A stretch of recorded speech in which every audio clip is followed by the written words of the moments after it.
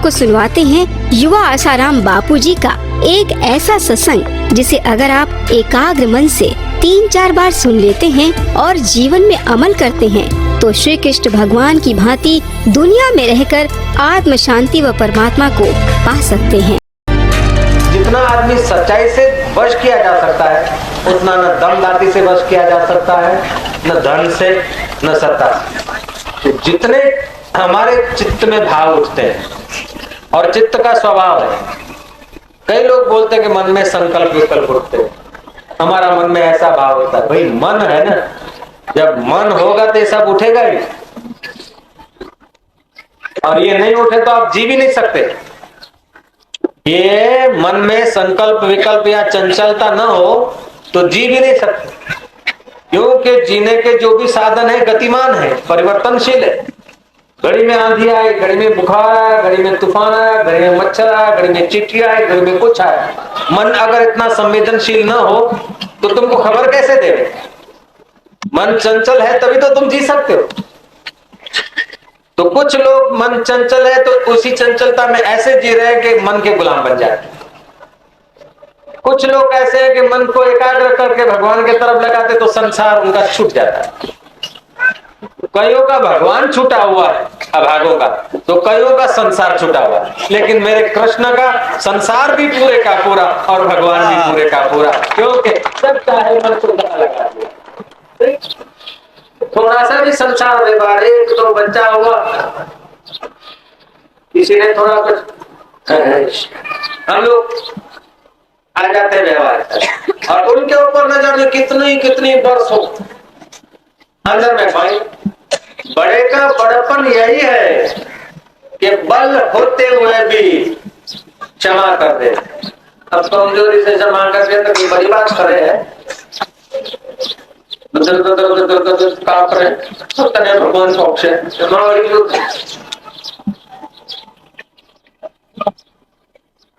क्षमा बड़न को होता है छोटन को उत्पाद। जितना हमारा बड़पन भीतर से बढ़ेगा उतना हमारा चित्त दर गुजर को मारेगा, और जितना हमारी लघु ग्रंथियां हैं उतना हमारा पकड़ होती। तुमने देखा होगा जिस कौम में जीवित महापुरुष पैदा नहीं होते और चल पड़ती पुरानी किसी लकीर पर, वे कौम जरूरी हो जाए, जिद्दी हो जाए, और जिस कौम में जीवित महापुरुष प्रकट होते रहते वे कौम दर गुजर करती रहती। जितना जितना जीवित महापुरुष होते हैं उतना वो सृष्टि की लीला को लीला समझते हैं। उनके प्रभाव से वे कौम भी ऐसे कुछ आंशिक रूप से व्यवहार में लाते। अपने विषय में ज्ञान होता है और दूसरे के विषय में अनुमान होता है। ध्यान से सुनना, ये पॉइंट है, आपके जीवन में काम आएगी। मेरा लक्ष्य किसी को डांटने का या किसी को फुचकारने का नहीं, मेरा लक्ष्य है कि तुम आए हो ना तो तुम्हारी समझ बढ़ती जाए, तुम्हारा ज्ञान बढ़ता जाए, तुम्हारी क्षमता बढ़ती जाए, जो ईश्वर के लक्षण और गुण है, ज्ञानियों के गुण है, वो तुम में भरते जाए। बस मेरा एम इतना ही है। शास्त्र और सत्संग क्या है? ज्ञानी और अज्ञानी का अनुवाद, इसी का नाम तो सत्संग। सत्संग का मतलब क्या है? श्रुति क्या है? ज्ञानी और अज्ञानी की दृष्टि का अनुवाद। ये तो शास्त्र और क्या? मुझे क्रोध आ गया,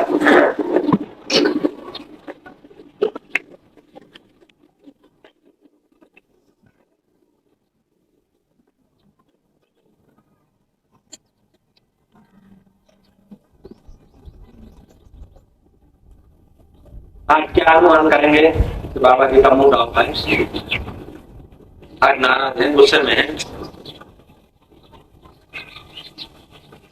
मेरे मुठियां गिर गई, आंखें लाल हो गई, चेहरा लाल हो गया, शरीर से तुरंत टपक रहा है।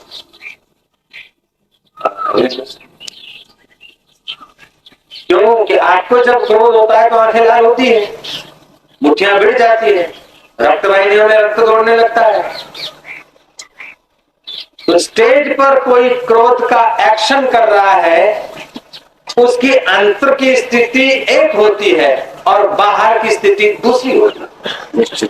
लेकिन हम लोग जब क्रोध में होते हैं तो हमको पता है कि बस तो बस अब तो गए, एक दूसरे को छोड़ेंगे नहीं, लेकिन छोड़ेंगे नहीं क्या, अभी एक दूसरे को फिर हाथ मिला देंगे, अंदर से अभी भी हाथ मिला हुआ है। क्रोध का एक्शन करते हुए भी वो शांत हो सकते कि नहीं हो सकते? एक नट 2 पैसे का क्रोध के वक्त भी शांत हो सकता है, काम के वक्त भी शांत हो सकता है, लोग के वक्त भी शांत हो सकता है। 4 पैसे का तुम्हारा नट और नटियां रंगमंच पर आकर सब काम करते हुए शांत रह सकते हैं, तो सारे विश्व को चलाने वाला जो विश्वम्भर, वो जिनके दिल में प्रकट हुआ है, उनको ये संसार नाटकशाला लगे और वो भीतर से शांत होकर सब व्यवहार करके दिखाए, तो उनके लिए क्या आश्चर्य।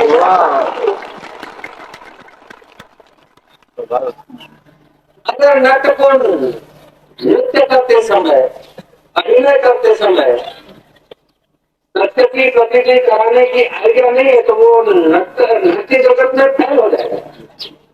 और सत्य प्रतीत करने हुए भी अंदर से ठीक मिथ्या नहीं समझता तो बेवकूफ है। कभी कभी तो कई ऐसे एक्शन करते हैं कि सचमुच मरने का अभिनय करते करते इतने उसमें तादात्म्य हो जाते मर जाते लोग। नाटकशाला में जैसे तादात्म्य करने से रिएक्शन हो जाता है, ऐसे संसार में भी हम लोग तादात्म्य करते तो हमारे चित्त को रिएक्शन हो जाता है।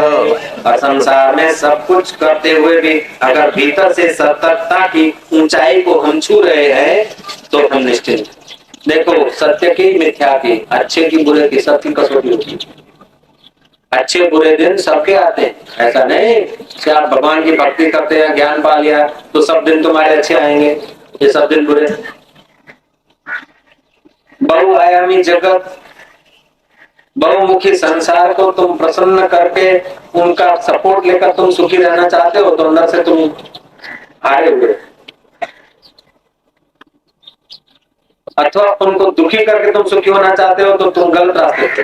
तुम ना उनको दुखी करो ना सुखी करो, उनका ना सपोर्ट लो ना उनसे दुश्मनी करो, तुम तुम्हारी ऊंचाई पे ठहरे रहो और तुम्हारे द्वारा फिर जो होगा वो भलाई का काम होगा। तुम अपनी ऊंचाई पर ठहरे रहो, फिर तुम्हारे द्वारा जो भी होगा भला होगा।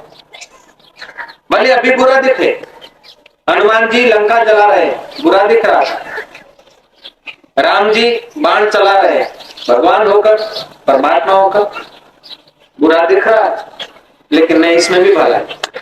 कृष्ण चोटला खींच रहे, यूं कर रहे, दिखा दिख रहा है, दिखा है।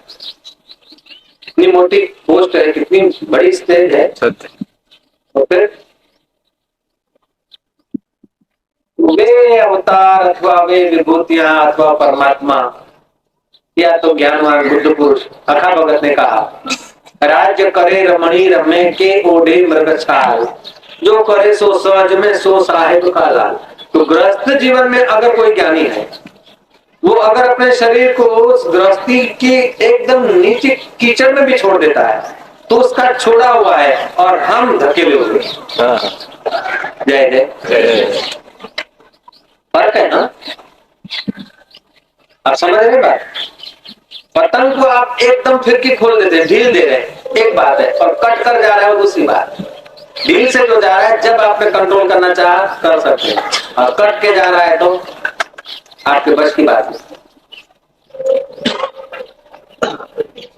ऐसे मन रूपी पतंग की डोर जो है ना, तो उसकी टेक्निक जान लो, तो ढील दो, कटे जैसा जा रहा है देखे भले, जब तुम्हें मौज आ जाएगी। मैं बैठा हूं मेरे कमरे में, अब किसी ने बाहर से कुंडा लगा दिया, मैं बेचैन हो जाऊंगा। भले उसने थोड़ी देर के लिए लगाया, लेकिन अब मैं हो गया था। मैं कमरे में बैठा हूं, मैंने अपने और से कुंडा लगा दिया, बाहर किसी ने नहीं लगाया, और मैं भले दिन भर लगा करके, लेकिन मैंने स्वयं लगाया। मेरी स्वयं स्वीकृति है बंद करने की, मेरी स्वयं स्वीकृति है अगर बंद करने की, तो मैं जब चाहूं तब खोल भी सकता हूं, और सामने वाले ने बंद किया तो मैं पराधीन हो गया। ऐसे तन ने हम पर प्रभाव डाला तो हम तन के गुलाम हो गए। अगर तन को हम भीतर की यात्रा करके तन के प्रभाव से हम कट आउट हो गए। फिर तन की तंदुरुस्ती, तन की बीमारी, तन का सौंदर्य, तन का बुढ़ापा, ये तुमको मेरा बुढ़ापा नहीं लगेगा। जब तन का बुढ़ापा मेरा बुढ़ापा नहीं लगता है, तन की तंदुरुस्ती मेरी तंदुरुस्ती नहीं लगती, तो तन की मौत तुम्हारी मौत नहीं होती।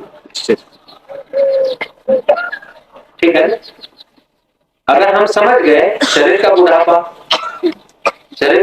मेरा बुढ़ापा नहीं, शरीर का रोग मेरा रोग नहीं, शरीर का सुख मेरा सुख नहीं, शरीर का दुख मेरा दुख ही नहीं, शरीर की मौत मेरी मौत नहीं, तो ज्ञानी हा हू अल्लाह घोड़ा बाबा करते करते शूली पे चढ़े, बीमार रिबा रिबा के मरे, हाय हाय करता मरे, तभी भी उसके ज्ञान को कोई बाधित नहीं कर सकता। कबीर ने घोषणा कर दी और लोग मरने के लिए काशी में आते, लेकिन कबीर मरने के दिन काशी छोड़ के मगर में जाओ, वहां जो मरता है वो अवगति होती। कबीर को ज्ञान की निष्ठा थी, गति अवगति का स्वामी हम है जगह पर, हमने अपने आप अपनी निष्ठा जो परिपक्व हम लोगों की हो जाए बेड़ा पार। इसलिए चलते फिरते तुम टीला करो, सुबह उठकर जल का करो, चंदन का करो, तुम्हारी चेतना हमेशा ज्ञान प्रधान है, विचार प्रधान है। विचार अगर शुद्ध है, विचार प्रधानता है ना, तो बड़े बड़े जहर के घूंट आप पी लें और वो आपको सताएंगे नहीं, आप नीलकंठ हो जाएंगे। और आज तक दुनिया में ऐसा कोई बड़ा आदमी नहीं हुआ जिसने घोटड़े न पी हो। घोटड़े पीने की क्षमता नहीं तो बड़प्पन है ही नहीं। तो घोटड़े पीने की क्षमता है तभी बड़ा है, तो चलो अपने घोटड़े पिलाओ। वो पी लेगा लेकिन पिलाने का दोष तेरे को लग जाएगा बेटा। किसी को घोटड़े पिलाने के लिए तो आया नहीं, वो कई लोग हैं पिलाने वाले पिलाएंगे जिनको पिलाना। तो कर्म की जाल मत दी। जिनको अमृत पिलाना होगा अमृत पिलाएंगे, घोटड़े पिलाना होगा वो पिलाएंगे, लेकिन आखिर एक दिन सब स्वप्न हो जाए, सब स्वप्न बोले को जग बढ़िया बेटा से प्रसन्न रहे और फिर आत्मा की खोज करे, फकीरों का संग करे। दुखी होने में परिश्रम करना पड़ता है, ज्ञान पाने में कोई परिश्रम थोड़ा। नरक में जाने के लिए तो कूड़ करो, कपट करो, धोखा करो, धड़ा करो, ये करो, परदेश पैसे ले जाओ, कस्टडी में रहो, तब नरक मिलता है। जय जय। और परमात्मा तो बस बैठे सोचा मैं न कहीं जाऊंगा, यहीं बैठ के अब खाऊंगा, जिसको गरज होगी आएगा सृष्टि करता खुद लाएगा। आराम है और क्या है। ईश्वर को पाने में परिश्रम नहीं है, नरक में जाने के लिए परिश्रम करना पड़ता है। जय श्री राम। मैं सही कह रहा हूँ। मुक्त होने के लिए परिश्रम नहीं है, बंधन के लिए परिश्रम हम लोग करते भैया। और वो अच्छा लग रहा है क्योंकि बंधन वालों की सोसाइटी में पैदा हुए, बंधन वालों के जीवन से तो बंधन मिला के जीते हैं। एक पे अन्य अभाव में भागता है, जो मौजूद है उधर ठहरता है। परमात्मा का दर्शन करने के लिए मेहनत की जरूरत नहीं है, सुखी होने के लिए परिश्रम की जरूरत नहीं है। दुखी होने के लिए हम लोग परिश्रम करते हैं, दुखी होने के लिए परिश्रम करते नहीं है, करते तो सुखी होने के लिए है। दुख के लिए हम लोग परिश्रम नहीं करते, करते तो सुख के लिए परिश्रम है। लेकिन जहाँ सुख है वहां जाते नहीं, उसलिए सुख मिलता नहीं। और बाहर सुख की इच्छा करते, बाहर का सुख टिकता नहीं और दुख बन जाता है। सही। अब क्या करें भाई, संसार से सुख लेने के लिए आए, ये भावना छोड़ दो। संसार में सुख नहीं। राम के बाप भी रोते रोते गए तो तुम्हारा हमारा क्या हाल है। राम राम कही राम, हाय राम रघुबीरह मैं तनु तजी, रघु गयो सुर राम, हाय राम हाय राम। कृष्ण के होते हुए कृष्ण के बच्चे दारू पीकर विष्णु का अपमान किया, आपस में लड़कर। राम के होते हुए राम की माँ विधवा। संसार तो सब बातें तुम्हारे मन की, हमारे मन की तो क्या, राम की माँ की मन की नहीं हुई, कृष्ण की मन की नहीं हुई, तो तुम्हारी मन की। श्री राम श्री राम, सीधी बात है। संसार में सब बातें तुम्हारे अनुकूल हो और तुम सुखी हो ना। तुम समझो संसार तो संसार है, संसार से अपने सुख लेना नहीं, संसार वालों को सुख देना। अब सुख देना करोगे ना तो जो तुमने देखा बोरिंग में से पानी निकालते हो तो और स्रोत फूट निकलते, पानी पीने वाले थक जाते, बोरिंग का पानी खुलता नहीं। ऐसे सुख देने का जो तुम्हारा संकल्प हुआ ना तो तुम सुख देने वाले हो गए। देने वाले के पास कभी सुख खुलता है? हम लोग गलती कर बैठे, सुख लेने की इच्छा करते। पत्नी पति से सुख लेना चाहती, पति पत्नी से नौकर से, नौकर से गुरु चेला से, चेला गुरु से, देख फिल्म खेला।